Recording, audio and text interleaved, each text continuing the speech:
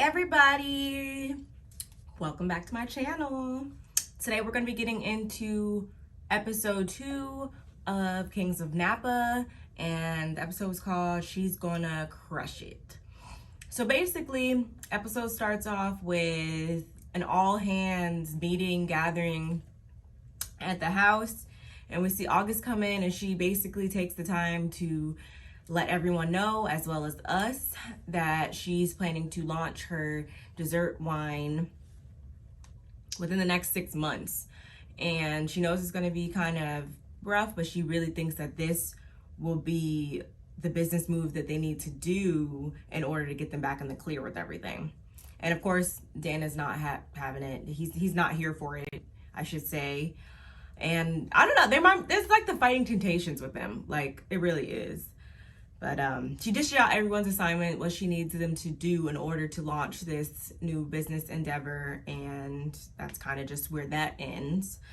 Fast forward, we get Vanessa, who is ready to kind of clean up shop and get all of Reggie's belongings out of there, which, I mean, could you really expect anything different from her just based off of this episode? And then last week, like, I think we're kind of starting to understand how she is, who she is, so that wasn't a surprise at all.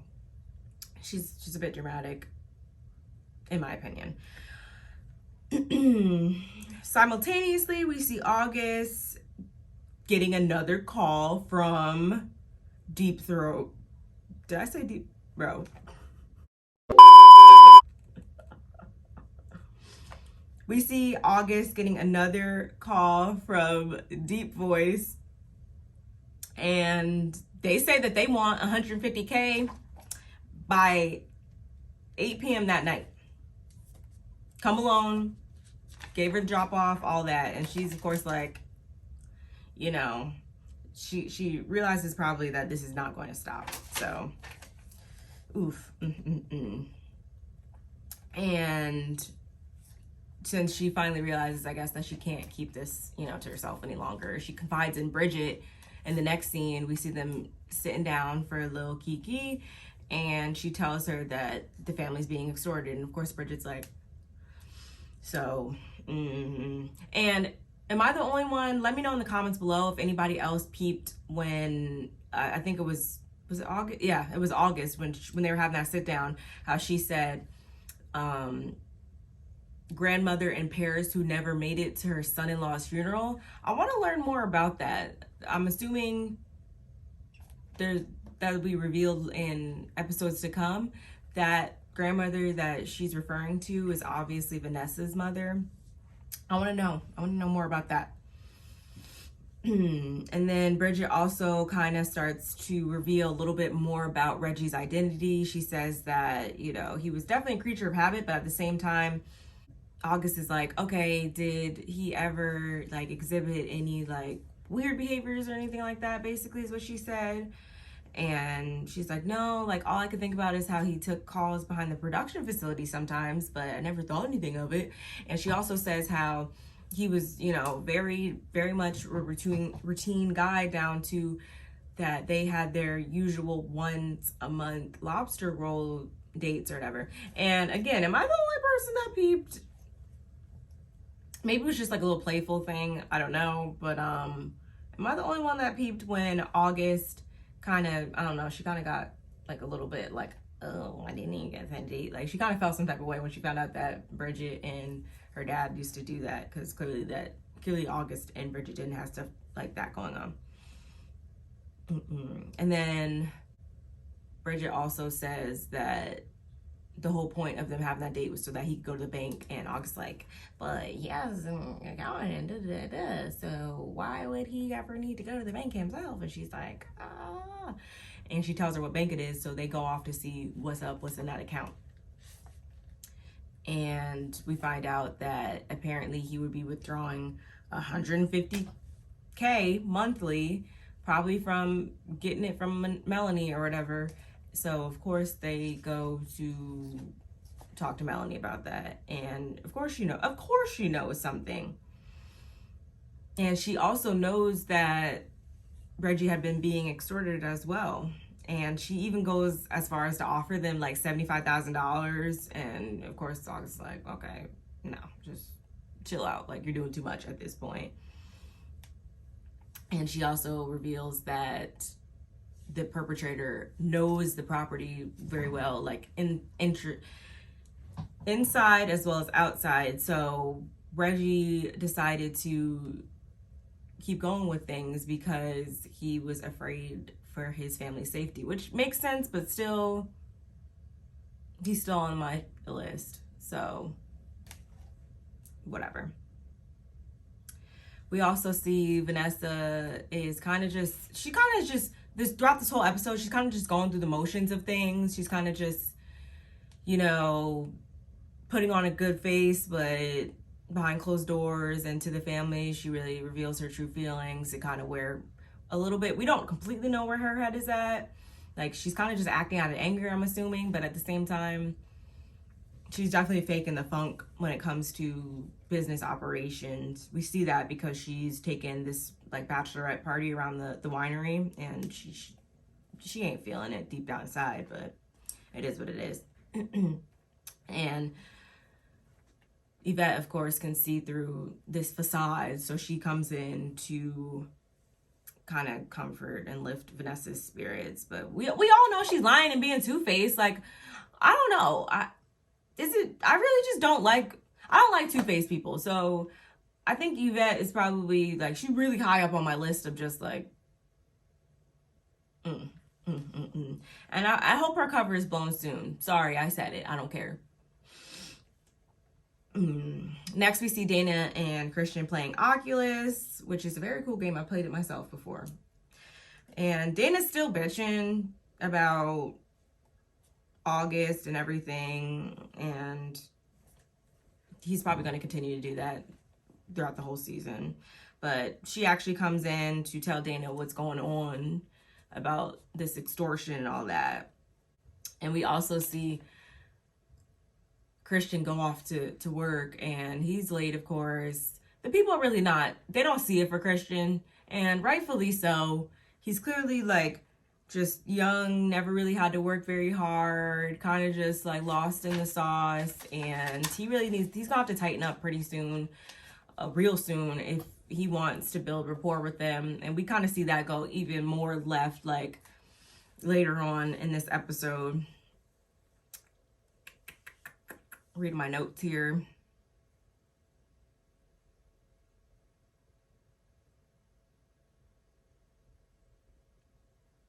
Meanwhile, Deep Voice calls again, and we see him literally watching Vanessa, and he's speaking to Dana and August and telling them again, like, you better have my money. Was it Dana and August? It might have just been August, I don't know. And that's obviously nerve-wracking. He literally has eyes on her, and they know that they're going to have to conform because they're scared just like their daddy was. So we do know that this is like a real person. This is a real person that really does have the ability to access them at his leisure, obviously. The big event for this episode was that they were going to this charity event. The Oakland Activists Patron of the Year Award, Reggie, was the recipient of that. Of course, he is not able to be there, so Vanessa and the family go to accept the award on his behalf. Again, she's still putting up this facade in front and all this, and again, I get it, but I don't. And we see everybody's dolled up, dressed to the nines. They all flicking it up. They get in the car, and Vanessa's still kind of like, you see her. We all see her wheels turning throughout this whole episode, and we could clearly tell that she's not wrapped too tight right now, and she's very unstable and could just snap at any given moment. And she actually kind of does a little bit in this episode, but I think she'll push the envelope even farther in episodes to come. And she accepts the award, and then she basically is like, yeah, I'm ready to go. And Christian and Yvette take her home while Dana, August, and they meet up with Reggie, go to do the drop off. And it's like, oh boy, here we go. And when they pull up, Bridget actually like pulls out a gun, which I mean, I'm not even judging her on that. I think why would you go to do a drop off with thousands of dollars in your pocket and not have protection? I mean, I'm all for it. So good on you, Bridget. Back at the house, I was kind of nervous. I thought that Christian and Yvette and Vanessa, I thought something maybe was going to happen, and Deep Voice was going to call back and be like, they weren't going to make it home or whatever, but I was wrong. They made it home. So much so that we see Christian kind of sitting down in his feelings because he doesn't know what to do about creating success in his new job position. And like I said before, he's clearly never really had to work hard. And Yvette kind of tells him a little bit of advice that he literally just takes and just completely just went over his head. Completely goes over his head. We'll get into that a little bit here in a second. And after they do the drop off, Dana, Bridget, and August go to a little after hours little place. I think they have a little bite and a drink, and they're pretty much reflecting on everything. And we also see Calvin's wife come by, and of course August is like, oh, because they gonna wind up smashing in the episodes to come, mark my words. So of course she's all like, oh boy, like, oh, his wife, whatever. And that wasn't really that big of a deal to me. She kind of goes away. Dana clearly has a lot of aggression and anger, and it's, ultimately probably hurt at the hands of his father and his actions, so much so that he is willing to, although Vanessa is, like I just said, unstable and is going through her own stuff with it, and they're kind of trying to protect and shield her from the BS, he doesn't want to be like his dad, so much so that he's willing to tell her about the extortion and everything that she doesn't know, because he feels as though his dad was clearly lacking the truth, and therefore, to separate himself from his dad's image, he refuses to carry any more lies for him. Which is like, I can kind of, I don't know, I see it both ways. I see why you'd feel like you need to tell him that, but don't do it out of anger or trying to like get back at him. Don't do that, because you're gonna wind up hurting people in between, aka your mom probably. But again, he rushes off. Next morning, we're like, oh God, he's about to tell her. He doesn't actually wind up telling her. We see everybody meeting up again in the middle of the house. And we're, it's kind of like dramatic irony where we know, like, okay, he's going to tell her. And we see Rose also egging him on to tell Vanessa, like, what's going on. And I really didn't like that. I don't like Rose. I really don't like her. I hate to call a woman like a gold digger or anything like that, but she's definitely giving me those vibes that she's only here for self-gain. And we find out later on, she tries to, she's trying to seduce, I guess, her husband, you could say, like, and I hate to also say that women be trying to trap men or anything like that. But in this case, I think that you have to call a thing. She's just trying to definitely lock him down, lock him in there so that she knows she's going to be solidified in their wealth and business for forever. I don't like her. But again, he doesn't wind up telling Vanessa anything. He like says some BS thing, and that's kind of just what it is. But we also get Bridget. She's painting, doing some art at her house. She knocks over the bowl or whatever, the cup, and it spills into like a box, and she's cleaning it up, and she stumbles across some love letters and mixtapes or whatever that were apparently from Reggie to her mother, Melanie. And this only further reveals that they were definitely locked in there more than Melanie is trying to give off. They clearly, like, they were in deep. And Bridget is clearly going to go tell August, and when she shows up to the house, she pulls August into a room alone or whatever, but then Vanessa busts in and reads the letters, and so then everything is all crazy, and it's just like, Bridget, again, was just trying to help the situation. I get it. And I get, again, this is all, you're being literally, like, hit in the face every left and right, Vanessa. But she keeps taking it out on Bridget, and I just don't agree with that. And I don't think she was coming there to harm them at all by telling them this information. I just don't. I don't at all. We also get Kelvin and August having a business meeting. We find out Melanie has backed down and is willing to take the installments. I think she said she's willing to take $5 million instead of the $10 million. And August is too busy in La La Land when, you know, Kelvin does kind of make an advance at her, kind of like, okay, so when are we gonna get together, you know, outside of business? And she goes on this whole spiel about, you not about to play me, you got a wife, how dare you, I'm not that type of girl, da da da da. Basically what she was getting at and saying, haha, just to find out that he's separated. He's just been wearing his ring because he wasn't ready to date or whatever. And so she kind of just has egg on her face. Again, they're gonna wind up smashing. I know it. I just know it. Scaling back to when Vanessa snatches the letters from Bridget and that whole thing, she actually takes all of that, and they're hosting another group of guests for a function, and Vanessa literally like busts in there and basically indirectly is like just having a moment, spiraling in front of them, and basically airs out all their dirty laundry in front of the guests, and they're kind of just like, we didn't really ask for this. Super awkward. And that's what I meant before when I said she's just like, she got a lot going on.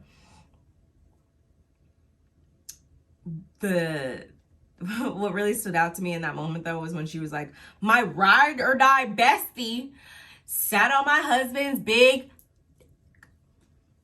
and I was like, what the fuck on? Like, okay, you got it. And next we kind of see the ladies, I think it's Rose, Yvette, and August sitting down trying to comfort Vanessa after that whole thing. And again, deep voice calls and basically scolds August because she was supposed to come alone and that whole thing. And apparently he even left chocolates on Vanessa's bed, which she was eating, and then August actually swats them out of her hands. And it's like, yep, he definitely has access again to the property at any given time. And I hope it's not Kelvin or like somebody they know, or that guy at the winery. I don't know. It's somebody. It's definitely somebody. Something's going on here. Of course, Dana and August bicker again for a second after that. And fast forward, we get Christian down trying to do something nice for his work group, and Mr. Otis is like, what the fuck are you doing? Like, he thinks it's a good idea to give these people bourbon and chicken when they're about to operate heavy machinery. Like, what universe do you live in? I get being young and all that, but I don't know. I don't get it to that degree because I've been working since I was 15 years old. Like, who doesn't know that would not be a good idea? Like, come on, dog. And again, not only just, negative 50 points Gryffindor, because have better judgment about yourself. Wrong road. I really do feel bad for Bridget. I really do.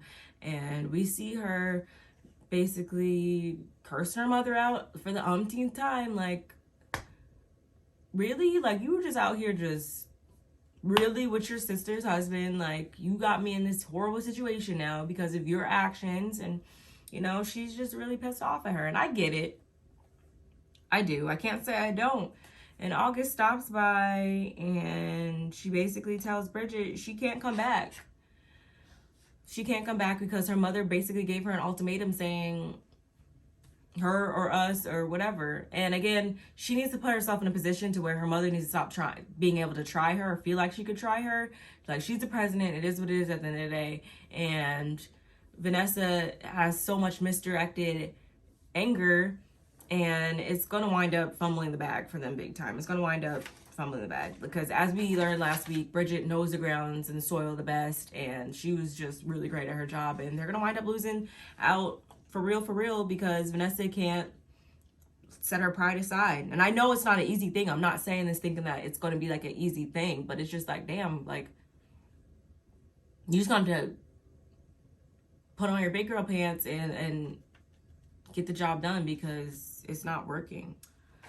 But after that conversation, we find out obviously now Melanie and August and Bridget are no more. They're not the dynamic duo that I hoped that they were going to remain, because, and it's really weird too. I was thinking about it. I'm like, dang, they fighting just like their mamas, who are sisters, and they're sisters. I was like, oh God, this is weird. They just clearly just turned into their mothers, and that's really unfortunate to see, because I really liked their bond, and I think that they had a great bond that was going to be true, but I just couldn't withstand this situation, obviously. August comes home. We see Vanessa coming downstairs. Clearly she's tipsy or having sipping or whatever, and she's basically really happy that August did her dirty work. And I was just kind of like, do you really love your kids if you're gonna allow themselves to do something that, you know, hurts them? Like, I just didn't agree with it. Of course, Melanie is on her heels and is banging at the door talking about, my daughter, you fired my daughter and you needed to have her back, and and once again, I get it, but again, Melanie's not the most reputable, respectable advocate, so that only further pisses Vanessa off to the point that she slams the door in her face. And she even went as far as to say, prior to that, I would have supported my daughter if she wanted her back. Like, but then she was like, oh, but she knows to not do anything that would hurt me or something like that. And it's just like, how selfish. She just, I don't know. I really don't like her. And I know I shouldn't feel like that, because this is all in response to something that her husband's infidelities, but like, come on, dog. Like, like, you expect all this respect from August, but you clearly don't respect her. Like, where they do that? And I don't know if I said before, but August signed the papers with Kelvin saying that they accepted the agreement of what I said before about Melanie paying them back, they will begin paying Melanie back in installments at a lesser amount. And that clearly tells us that if Bridget doesn't have her job back, they're about to go to court, because that was a stipulation. Like, she was cool with that just as long as Bridget gets her job back, and Bridget don't have her job back. So they'll be in court, and it'll be a big old family feud once again. But again, I really like this show. I hope you guys enjoyed this review. I hope you guys enjoyed this episode as well. I'm still super excited to be reviewing this for you guys, and I can't wait to see what happens next week. The drama just continues to unfold at a very good pace, I may add. But if you have any comments for me, leave them below. Don't forget to like the video and subscribe. Bye, guys.